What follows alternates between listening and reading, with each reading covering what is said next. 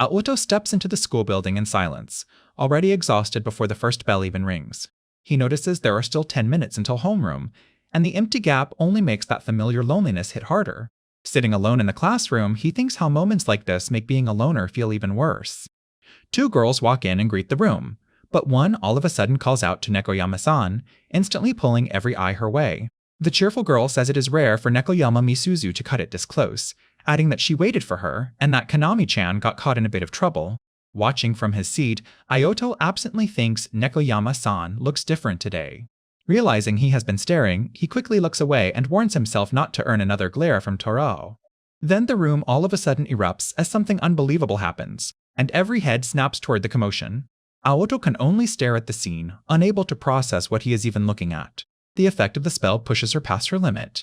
Aoto freezes and starts to ask what happened, unable to make sense of the impossible sight before him. Nekoyama Misuzu lies there in a daze, and Aoto calls out to her in alarm while she gives only the faintest response.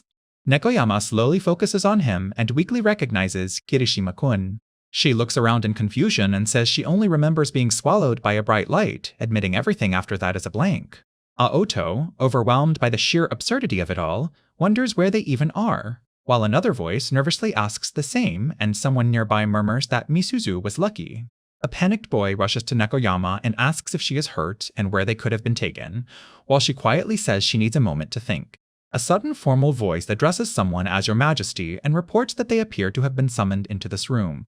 An elderly ruler appears with guards, brushes aside concern for his own condition, and instead asks whether the person beside him is safe.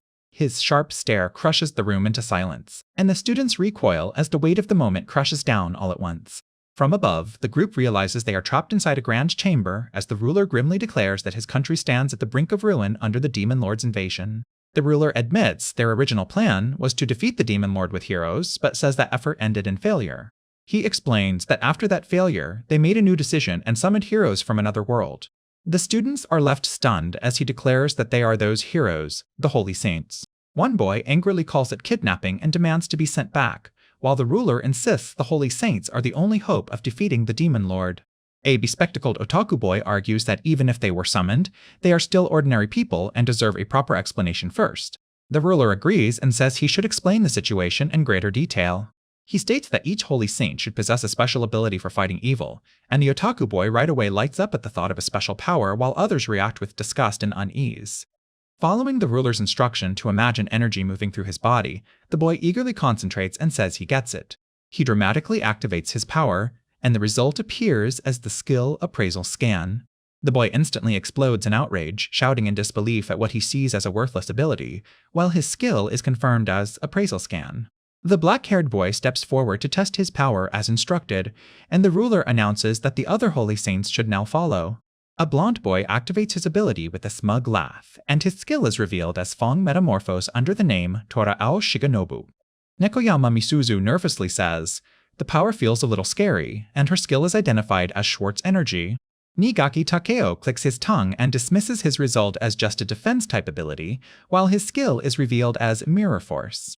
Mikoshiba Aya reacts with cool indifference as her skill is identified as Infinite Mana. Inugami Kanami smiles with confidence and notes that her ability seems tied to swords, while her skill is revealed as Fate Divider.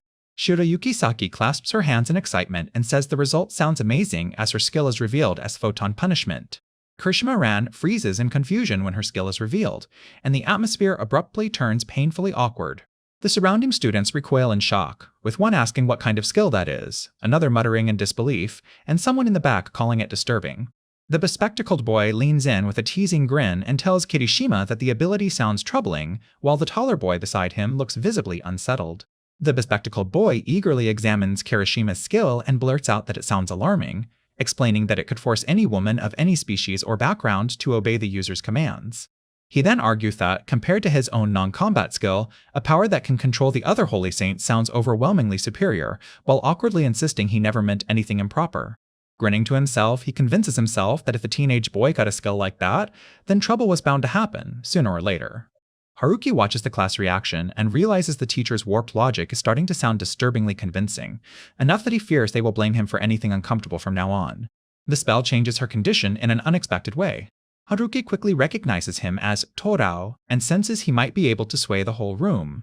Torao firmly asks Haruki if he can leave their class right away, shocking him with the bluntness of it. Torao drives the point deeper by saying Haruki's skill could turn any girl into a subordinate with a single touch, framing him as an immediate threat. A frightened schoolgirl clutches her uniform and agrees that the girls would never feel safe if someone like him stayed nearby. Haruki realizes Torao is deliberately playing the fool to turn everyone against him, and concludes that Torao fears Haruki might take Nekoyama away if he stays. Haruki burns with frustration, thinking that Torao deliberately painted him as human trash and even said it out loud in front of everyone. He lowers his gaze, asks if that is really how they all see him, and quietly hardens his resolve. With the room still hostile, Haruki accepts their wishes and declares that he will leave the class at once. That night, the Academy holds a celebration for the 20 brave heroes who arrived in this world, and the guests are invited to eat and drink as much as they like. At the gathering, a boy remarks that it is strange Kirishima is still being counted as one of them, while a girl quietly wonders what will happen to him. The curse makes her situation increasingly unstable. The announcement continues as the Holy Saints are told they will begin formal instruction in magic and other disciplines the very next day. Hearing that, a girl reflects with interest that they will be able to use magic once training is complete. As the conversation shifts, one girl asks Shirayuki whether she has seen Nekoyama, while another explains that Mizuzu-chan said she needed to step away briefly. Outside, a crescent moon hangs over the quiet night while the celebration continues behind closed doors. Nekoyama steps into the courtyard in confusion, wondering why she is outside instead of in the restroom. She notices a butterfly drifting through the night and remarks that it is late for one to be out, while admiring how pretty it is. As the butterfly flutters ahead, she glances around the wide courtyard and quietly comments on how spacious the place is. Uneasy, she checks to see whether anyone else is nearby. The butterfly settles on a hand, and Kirishima thanks Ajiha for leading Nekoyama to him, startling her. Under the crescent moon, Kirishima awkwardly apologizes and swears he never meant to approach her while she was away from the party. Nekoyama freezes in shock and blurts out Kirishima's name.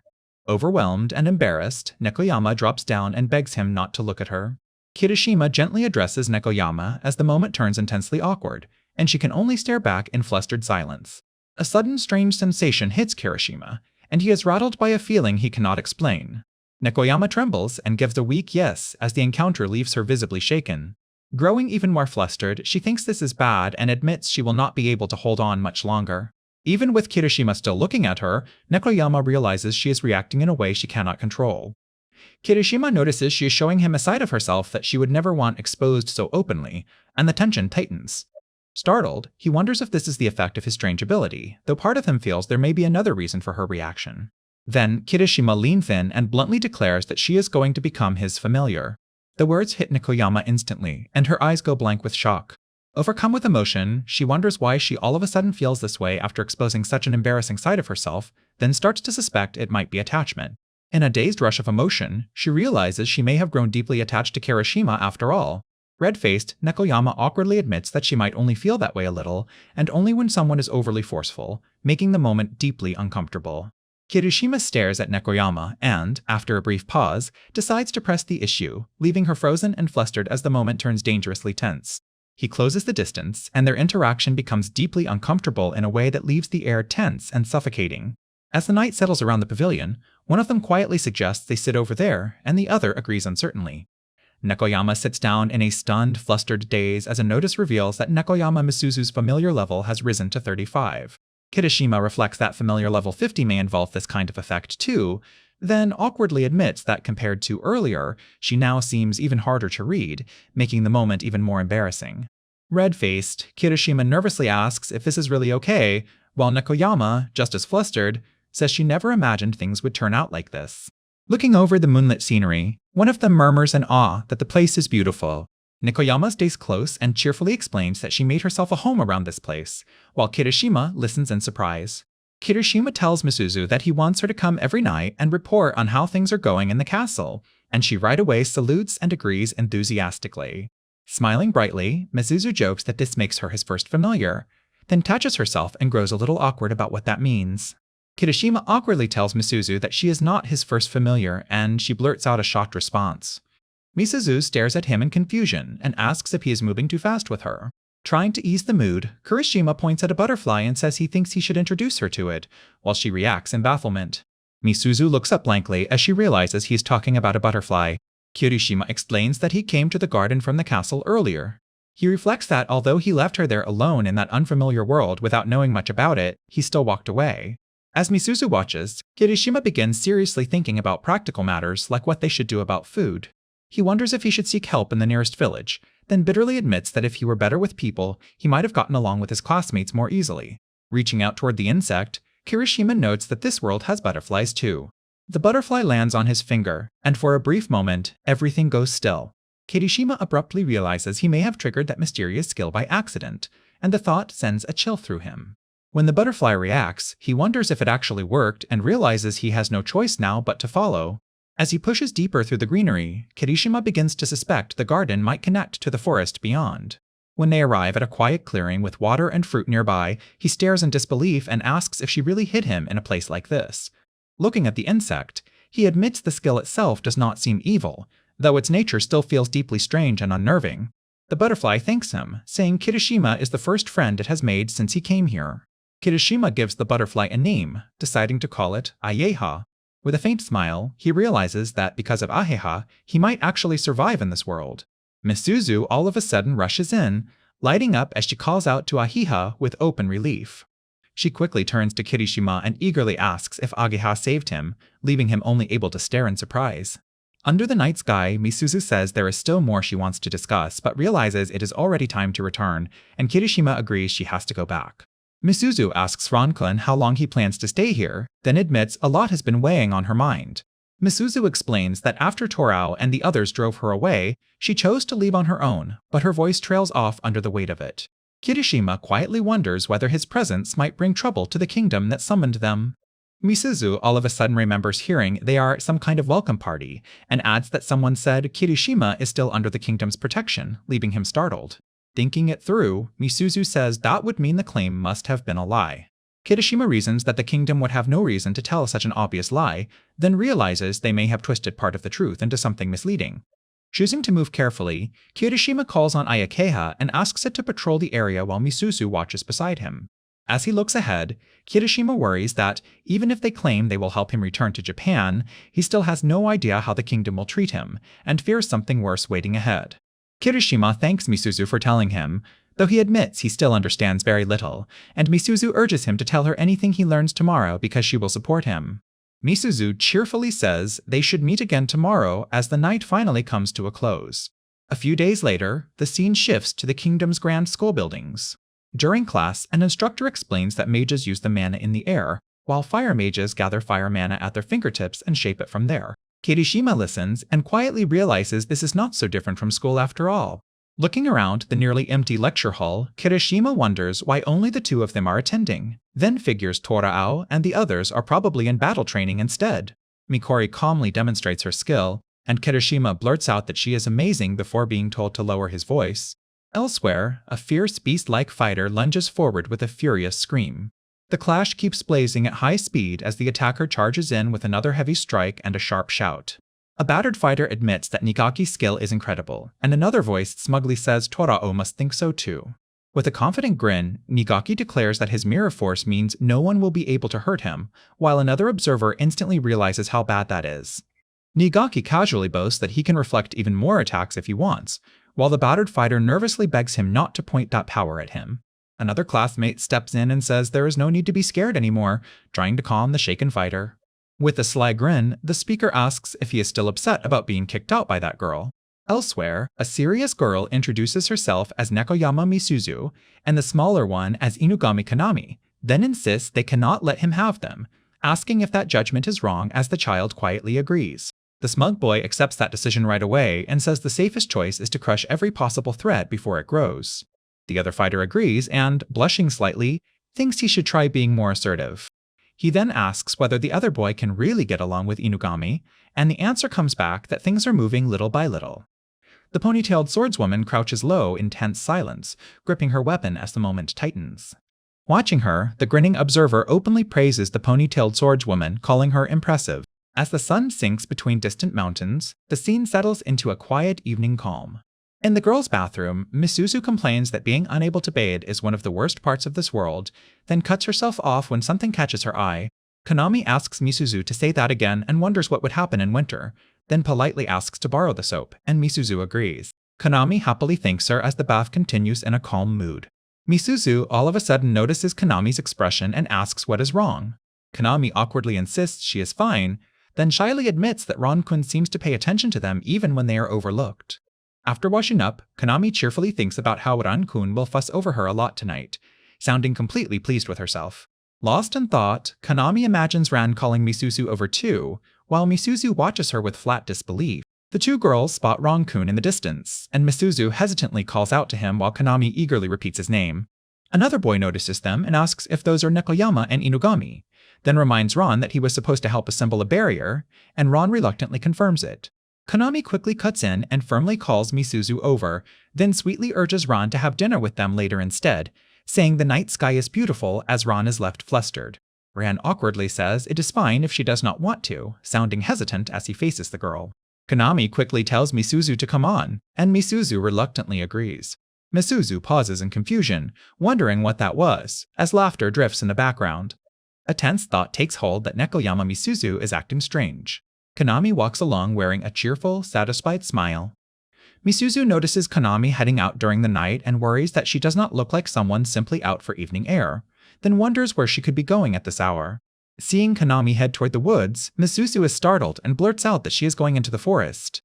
Misuzu grows even more uneasy and wonders if Konami is being controlled by some kind of monster. Misuzu peeks in just as Konami rushes up to someone and joyfully says she missed him so much, leaving Misuzu stunned. Misuzu realizes the person Konami is clinging to is Kirishima-ran, while he wears a pleased, unreadable smile and the moment turns deeply uncomfortable. Misuzu listens from behind the wall in disbelief, thinking Ran had used a shameless trick to make girls comply with him and realizing he had even targeted her. The spell takes hold in a way no one anticipated. Misuzu shyly admits she tried to do as he told her and says she spent the whole day feeling strangely affected by it, leaving the hidden observer shocked. Ran calmly says she did well, and then presses her by asking what comes next. Misuzu hesitantly answers yes, as the moment grows even more uncomfortable. Overwhelmed, Misuzu says this place feels improper and asks him how he intends to deal with her, as the interaction becomes deeply uncomfortable. Ran lets out a quiet, amused reaction and says that is good. Watching in alarm, Konami internally panics and urges Nekoyama not to obey him, deciding that Ran has fallen into darkness after gaining that troubling skill. Ran says he is glad it puts Misuzu at ease, while Misuzu happily admits that following an order from someone she likes affects her deeply, and Konami is left reeling in confusion. Konami is left stunned as she insists the whole thing feels completely wrong, while Misuzu remains dazed and praises Ran with open admiration. The scene continues under a haze of quiet tension. The tension carries forward without ever breaking. The silence between them grows harder and harder to ignore. The tense moment continues without changing the core event. The situation remains unresolved as the pressure keeps building. The moment holds its weight without any clear shift. The atmosphere stays charged as no one says a word. The interaction leaves both of them visibly unsettled. The scene stays frozen in an uneasy stillness. The tense moment continues without changing the core event. A girl finally steps out and admits she could not keep watching what was happening behind him. She walks up to Ran and firmly says she has something to ask him. Konami demands to know what Ran plans to do with Misuzu. She calls out to Kirishima-ran and warns that Nekoyama's fixation on this behavior cannot be ignored, especially as a disciplinary committee member. Ran quietly concludes that he is not needed there, but Konami right away stops him from leaving. Konami questions whether his family training should be used for something like this, leaving him momentarily speechless. Ran notices there is still someone standing there and reluctantly decides he has to rely on his skills to help Nekoyama, even though he clearly does not want to. He firmly declares that he will never do anything girls would hate, while Konami glares back in outrage. Konami fires back that he seems to think Nekoyama wanted to receive his skills, and she sharply tells him not to cancel it if that is really what he wants. Misuzu weakly explains that it is only because he has skills, then nervously asks them not to treat her concern like a meaningless question. Konami warns that if he forces the issue, she will cancel the skills he placed on Nekoyama. She decides that if that is how he wants to act, she will force herself to create another familiar. Konami reminds him that direct contact is required to activate familiar training, then steels herself to face Inugami seriously. Ren hesitates and realizes that Inugami was just an ordinary student a few days ago. He refuses to let his former classmate be put in danger. The situation erupts as Konami all of a sudden makes her move and catches him off guard. Konami insists she can prove the difference without hurting him. Ran recoils in shock as the pressure of the moment all of a sudden closes in on him. Keeping his distance for now, he turns and asks what Inugami's skill actually is. Ron freezes as the answer, and the sudden tension leave him visibly stunned. Ron jerks back with a startled cry as the full pressure of the moment finally hits him. He spots Konami moving in the distance and nervously wonders if her skill is the slashing blend she mentioned, while she mutters that hiding that badly is useless. Konami coolly tells him that her skill works a little differently. She reveals that her ability is the Fate Divider, a sword that divides fate, and declares without wavering that it is her skill. Ren stares in confusion and repeats the idea of dividing fate, clearly unable to grasp what she means.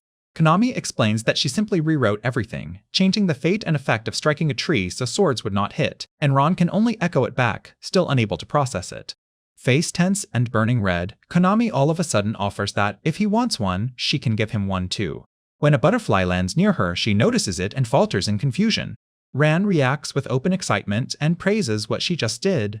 Konami freezes and turns in disbelief, while Ran blurts out an awkward remark that makes the air turn painfully uncomfortable. Konami recoils in embarrassment, calls out to Kirishima Ran, and protests that he should not be doing that. As he leans in with a satisfied look, Konami stares up at him in a daze and realizes with flustered uncertainty that she might actually like him. She abruptly snaps out of it, shouts that she has no idea what she is saying, and desperately tries to take her own words back. Left alone with that feeling, Konami trembles and admits to herself that her chest is tightening in a way she cannot understand. The curse deepens its grip on her condition. Her mind races in circles, yet every path leads back to the same answer. Even in another world, even tangled up in Nekoyama's skills, she still likes Kirishima Ran. Finally unable to contain it, Konami blurts through tears and embarrassment that she likes him. Ran blushes and tells Inugami-san that she really is a straightforward person. Konami awkwardly replies that she hates being twisted around like this and says that is simply who she is. Face-burning, Konami insists she does not lie about her feelings, calls to Kirishima, and anxiously asks what she is supposed to do now. Ran pulls her aside in the forest and bluntly asks her to become part of his family, making the moment spike with tension.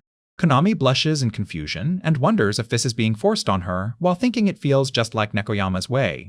Ran insists that it absolutely is not forceful, and Konami firmly answers that she does not hate girls. He realizes she is taking this seriously and concludes that even if her personality could be altered by a skill, she still would not start hating girls. The narration stresses that her conviction and refusal to betray what she truly believes have not changed. As the exchange grows more painfully awkward, she tries to push it forward and says they should move to the next step. With a flushed smile, Konami says it would be the same as with Nekoyama, and hesitantly asks if that is acceptable. She all of a sudden blurts out an absurd explanation involving Nekoyama's imprisonment skill and fate, leaving the entire situation even more bewildering. Konami right away questions what kind of bizarre otherworldly logic she is applying here, while rejecting the idea that there is any such flow. Ran cuts in sharply and tells Inugami-san to look at him instead. Ran sharply protests that this is not how this should be done, while Konami stares back in blank surprise as he insists they are skipping the proper steps.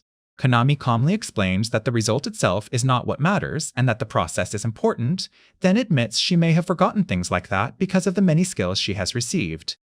She adds that, even so, she has never done this before and does not really know what she is doing, while he quietly agrees.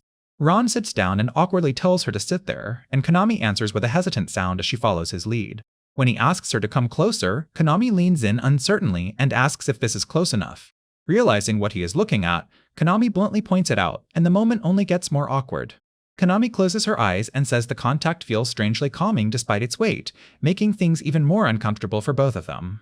Ran moves in close and murmurs that even this bizarre situation somehow feels incredible to him. With a flushed, teasing look, Konami notices exactly where his attention is and asks if this is really okay. Under the night sky, the scene bursts into loud cries as the narration reveals that Konami Inugami's familiar level has reached its maximum. Konami leans against him and says it would be wonderful if they could keep moving forward together like this in this world, while Ran goes rigid in stunned confusion. Ran lowers his head and admits he wants this to last forever but says that wish feels impossible. Konami suggests they could still go to the castle together, but Ran explains that returning to class already feels impossible for him. Konami argues that hiding can only work for so long and says it would be more effective for them to join forces and defeat the Demon King. Ran thinks to himself that everything depends on whether he can avoid being cast out again. As the tension refuses to ease, Konami asks why that would even happen, and Ron pushes back by asking whether Torao and the others would not have reasons of their own. Ron compares it to the time he was expelled before, and Konami quietly accepts the point. Konami all of a sudden realizes that Kanaimi may now stand against her, then quickly adds that Misuzu would probably become another opponent too. Ren reflects that if that number becomes the majority of the class, the entire situation could turn on him. Konami stares in shock and hesitates as she begins to wonder whether Ron truly believes that. Ron says yes and bluntly states that he plans to make every girl in their class his ally through familiar training. Konami freezes, blushes, and realizes in shock that his plan really includes every girl in the class. Ran insists it is the only way he can survive, but Konami fiercely rejects it and says she cannot overlook that as a member of the Morals Committee. Another voice playfully points out that Konami herself is already causing problems for public morals, leaving her momentarily speechless. The narration explains that 20 students were summoned to defeat the Demon Lord, and every one of them possesses immense power. The narration adds that the group will split up to grow stronger and train their skills, and although no sign of a Demon Lord has appeared yet, they have recently begun searching for traces of one. The Queen, Rebecca Nocturne, coldly reminds them that she already ordered them to defeat the Demon Lord quickly. The finance minister, sweating under the pressure, says he wants to obey, but at this rate, they may not even be able to put up a proper fight. Rebecca says she has heard that excuse before, but points out that even if all previous heroes had united, they still could not defeat the enemy, though those heroes were not from this world. The minister hesitantly reasons that, if so, there should be no cause for concern on their side, and Rebecca answers with clear disbelief. The Minister of Defense, Warkenses, steps forward with a smug smile and asks whether that is truly all they have. Plutome reacts in alarm at Warkenses' arrival, while Warkenses casually states that the king and queen have already spoken with him. The queen turns to Plutome and coldly asks whether there is anything else he needs to report.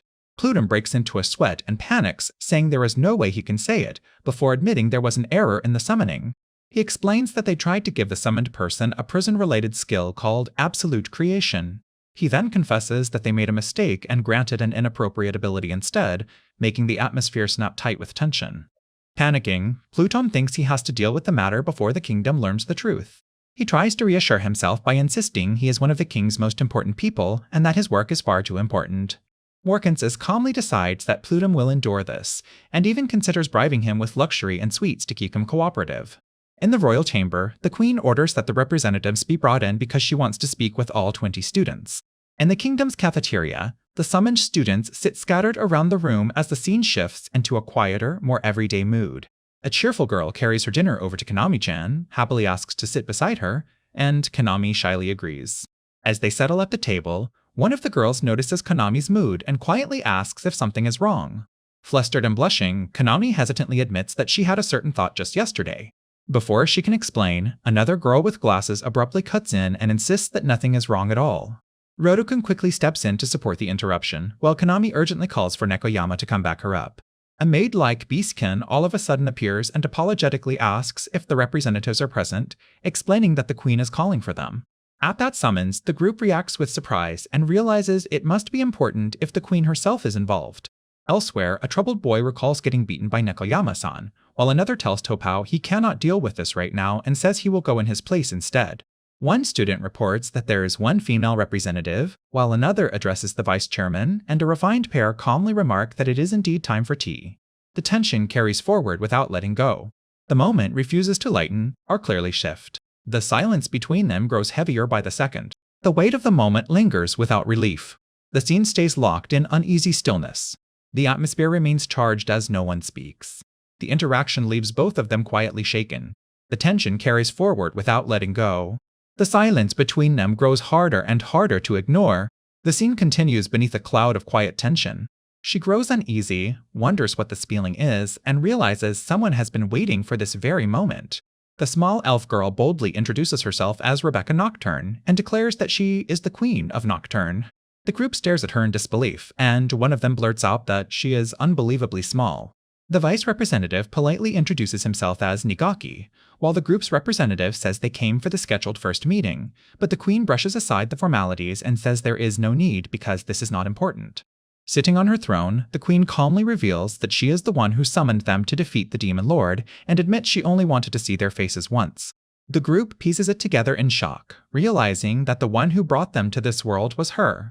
The bespectacled boy reacts bluntly and blurts out that she is just a tiny elf, unable to hide his surprise. As they look up at the throne, the group wonders if she is an elf and questions why a human kingdom would have an elf queen, though they reason that the palace maids also looked like elves. The bespectacled boy decides that in a moment like this he should use an appraisal scan. He is right away called a traitor for trying to use appraisal scan on the queen, and he panics and apologizes on the spot. A court figure states that every unnecessary skill is sealed inside this castle, so the students cannot use them here. The group is warned not to start a disturbance, and one of them argues that doing nothing could put the kingdom in real danger. The elf girl realizes that strange effect from earlier was their skills being sealed, though she says her sword alone is enough to rely on her own strength. Rebecca gently turns to Plutum and tells him not to worry so much. Rebecca explains that she summoned them so they could talk and invites them to ask anything, while the bespectacled boy right away presses her on whether she truly descends from the royal family. Rebecca confirms that she does, and the boy awkwardly admits he never expected the royal bloodline to produce someone like her. The explanation begins with the revelation that something happened before the king was cursed. The story all of a sudden turns deeply unsettling as they learn the king made a reckless personal choice, and the students react in alarm, sensing everything has just gone terribly wrong. An elderly man grimly states that the king no longer even looks like himself. With tears in her eyes, Rebecca begs them to defeat the demon lord and lift the king's curse, saying that is her only wish. The group walks on in silence, still crushed by her story. The bespectacled boy hesitantly admits that before coming to this world, he truly had no desire to defeat the demon lord. He then says the queen's story gave him some motivation, while the girl beside him admits she feels the same. A blonde boy cuts in and warns him not to be swayed so easily by her story.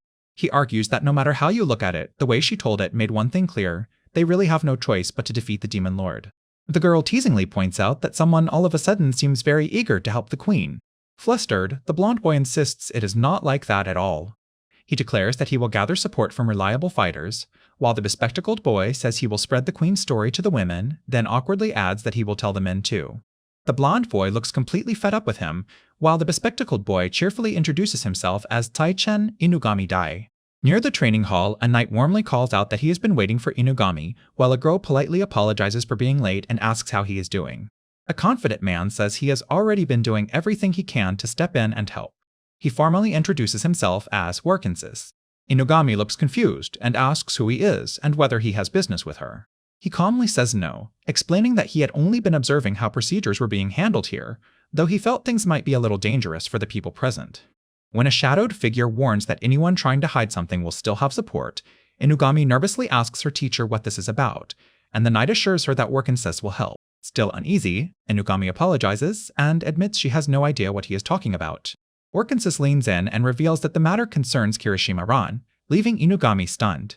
The scene shifts to that night at the hiding place. Ran senses someone has arrived and wonders if it is Misuzu, admitting he had been thinking about her. Instead, two schoolgirls appear before him, and one lights up as she calls out to Ran, while the other stands beside her with a stern expression. Seeing both girls show up together, Ran right away fears he is in trouble. Flustered, Ran apologizes to Misuzu and says he had planned to explain everything himself.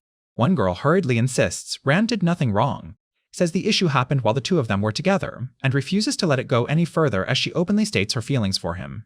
Watching the girls clash, Ran awkwardly realizes they got into a fight while he was away. The stern girl abruptly says she brought a customer today, leaving Ran confused by what she means. The other girl forces a smile, wonders if she can really trust them, and reacts as if the entire situation is ridiculous. She tersely says she heard doubts about whether she could be trusted and declares that the answer is standing right there, as Ran and the others turn in surprise. A flamboyant man steps forward, politely greets Kirishima-ran, and introduces himself as Workensis. Ran is instantly thrown off by the man's appearance, while the girl beside him bluntly points out that he looks unbelievably shady. Workensis calmly remarks that he sees Ran has been resting here. Ran stares at the man and grimly says this turn of events is unfortunate. The cheerful girl nervously points out that after living like this for so long, Ran's clothes are badly torn, while the other girl dryly notes that most of them are basically beyond saving. Ran narrows his eyes and cautiously confirms the man's name as Workensis. With the tension tightening, Ran asks if Workensis came there to kill him. Workensis calmly replies that, as Ran said, if he already understands that much, then this will be quick. Workensis bluntly declares that he came to take Ran's life, leaving Ran shaken. Workensis states that Kirishima-ran is seen as a failed summoning and must be eliminated before the queen learns he exists. When Ran asks who he really is, Warkensis spreads his arms and says that he is, of course, an ally. In the darkness, Warkensis begins to explain that he believes Kirishima Ran is... Warkensis accuses Ran of using a dangerous skill recklessly, turning the claim into something deeply troubling. Ran falls silent, sweating as he tries to process Warkensis' disturbing claim. Warkensis abruptly shifts tone and politely asks Ran to serve as his assistant for a while, leaving Ran baffled. Warkensis adds that Ran will naturally be put to work and that his appearance will also be changed. Ran thinks that having his life changed like this might actually make surviving in the kingdom easier, and he starts to feel the offer could work in his favor. The two girls encourage Ran to stay with the strange man, and one of them says she will help if anything happens. Warkensis calmly declares the matter settled and orders Hans to begin the preparations, while Hans right away obeys. Hans introduces himself as Warkensis' personal butler, and says he will prepare everything for Ran, who awkwardly thanks him. When Hans warns that complaints will not be forgiven, Ran panics and hurriedly apologizes. Hans presents a fresh set of clothes as the preparations begin. The disguise is completed with a blonde wig and a pair of fake glasses. Hans presents Ran's finished disguise and declares that in this form, his new name will be Butler Ryan. Warkens approves the result and says that with this appearance he will now be called by that name, while Hans is pleased that the transformation worked so well. Ran studies the fake glasses and uncertainly wonders whether a look like this can really hide him. The two girls react at once, with one calling Butler Ran cute, while the other says the look suits him even if his eyes still seem intimidating. As they face the distant estate, Warkens calmly tells them it is time to go and announces that Butler Ryan will now live in his new home. Later, Ran wakes in a quiet room, groaning faintly as he regains consciousness. Looking up, he realizes in a daze that he is staring at a ceiling. As his memory returns, Ran reminds himself that he now has a new identity and is hiding inside the kingdom. Standing in the room, he takes in the space and firmly accepts that from today onward, this room is his home. A butterfly drifts near the flowers, and Ran greets Ahaha with a soft good morning. Nana says a potted plant prepared especially for Ageha, giving the room a small sense of comfort. He steels himself and decides he has two clear reasons to keep living in this castle. First, he reminds himself that he must survive here not as Kirishima Ran, but as the disguised butler Ryan. Hans appears and politely says that if the preparations are finished, Ryan should follow him, and Ran agrees while thinking this will let him move around the estate without drawing suspicion. As they head down the stairs, Ran asks where they are going, and Hans explains that all butlers must undergo training. Hans adds that it is something no butler can avoid, and Ran instantly senses this may go very badly. Descending the long spiral staircase, Hans describes their destination as a secret unknown to ordinary people, while Ran grows uneasy and wonders where exactly he is being taken. When they arrive, Ran stares at the unfamiliar place in confusion and quietly wonders what this place is. Hans addresses him as Butler Ryan and declares that he will remain in his basement until his training is complete, leaving Ran visibly stunned. From that day on, harsh training begins right away, with Hans bluntly criticizing Ryan's posture as unacceptable. Hans strictly drills Ryan, ordering him to breathe properly and scolding him for not even knowing how to fold clothes. Hans then reveals that a butler must be able to protect his master at any time and that this training includes combat as well. Startled, Ran admits he does not know what magic in this world is like, while Hans explains that most people here use many kinds of magic. As Ran nervously wonders where this is heading, Hans points to a stone used to fill a broken wall and explains that with magic, one can move beyond simple control and into destructive force. To demonstrate, Hans drives a crushing blow into the stone and shatters it apart, making Ran recoil in shock. The magical effect on her grows harder to contain. He follows that by saying that with enough force, those attacks can completely destroy the target. Ran stares in alarm as Hans calmly adds that this is possible as long as the user has plenty of mana. Hans goes even further and states that a rock can be carved into anything. He finishes the demonstration by showing that a sculpture can be made, revealing a neatly shaped stone sphere. Hans declares that he will make Ran capable of creating the same kind of stonework himself. The effect of the spell pushes her past her limit. Hans coldly says that if Ran cannot do it right away when asked, then he is worthless as a butler. Hans tells him not to worry about mana, explaining that all summoned saints are granted strong abilities. Ran awkwardly confirms that mana is another power alongside skills, and Hans adds that if he has skills, he should have enough mana as well. Hans says they will focus on gathering Ran's magic into one point of his body for now, while Ran nervously says he will be in his care. Night falls over the castle as the training drags on. Completely worn out, Ran collapses onto the room and groans that he is exhausted. Lying there in disbelief, Ran reflects that when Hans first spoke to him, he thought something good was finally about to happen, But this world is not kind after all. As he lies drained, Hans calmly praises him for his work and calls him Ron. One girl smiles at Ran and tells him he did well, saying he finally proved himself, while the other admits she was honestly worried he would be the only one left behind. As Ron responds quietly, the long-haired girl reveals she gathered them for a reason. She wants to come up with a plan. Ran jerks upright and asks if she already told the others. She explains they learned a spell called Tuki, magic that lets them direct their power into another target. She adds that, in her case, she can channel that Tuki into her sword, making Ron fall silent. Ron realizes learning from them could help, but he also knows it would be dangerous if the others found out about his situation. He says he had already been thinking the same thing, then admits he is exhausted, only for one of the girls to press him on what is really happening.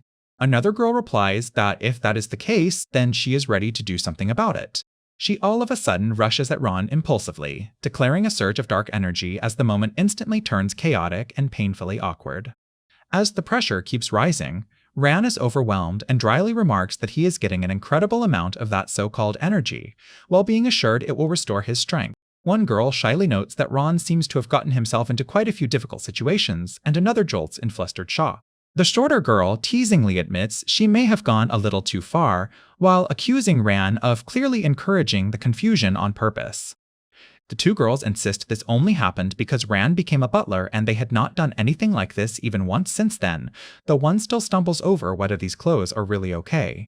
Dressed in outfits that only make everything more uncomfortable, the girls tell Ron he is not allowed to look away, pushing the atmosphere even deeper into embarrassment. Cornered by the pressure, Ran can only force out a strained, reluctant agreement. One girl brightly announces that today they are going to fuss over Ran as much as possible, dragging the moment somewhere even more uncomfortable. As one girl aggressively closes the distance, the other protests that Konami is being unfair, and the exchange turns openly confrontational. The second girl, red-faced and competitive, declares that if that is how this is going to be, then she is joining too, leaving Ran trapped in the rising tension. Swept up in the moment, the girl reacts emotionally while the other protests that Misuzu should have at least asked first. Ran finally pulls himself together and explains that the reason he called the two of them was to check their classmates' skills. The tense moment drags on without changing what is happening. The charged atmosphere still refuses to break as no one says a word. The scene remains trapped in uneasy stillness. The weight of the moment lingers with no relief in sight. The moment hangs heavy with no clear shift. The situation stays unresolved as the pressure keeps mounting. The silence between them becomes harder and harder to ignore. The next day begins in the magic training area as the scene cuts sharply into a new test. Mikorin demonstrates her magic, and the display right away reveals a level of power that demands attention. The boy excitedly praises Mikorin for casting high-class magic so effortlessly, but she cuts him off and tells him to be quiet. She reluctantly agrees to continue as the others announce that they will be watching her again today. Sitting by herself, Mikorin lets out a tired laugh and regrets getting this deeply involved, as her profile identifies her as Mikorin Aya with the skill Infinite Mana. The charged atmosphere still refuses to break as no one says a word. The scene remains trapped in uneasy stillness. The tense moment drags on without changing what is happening.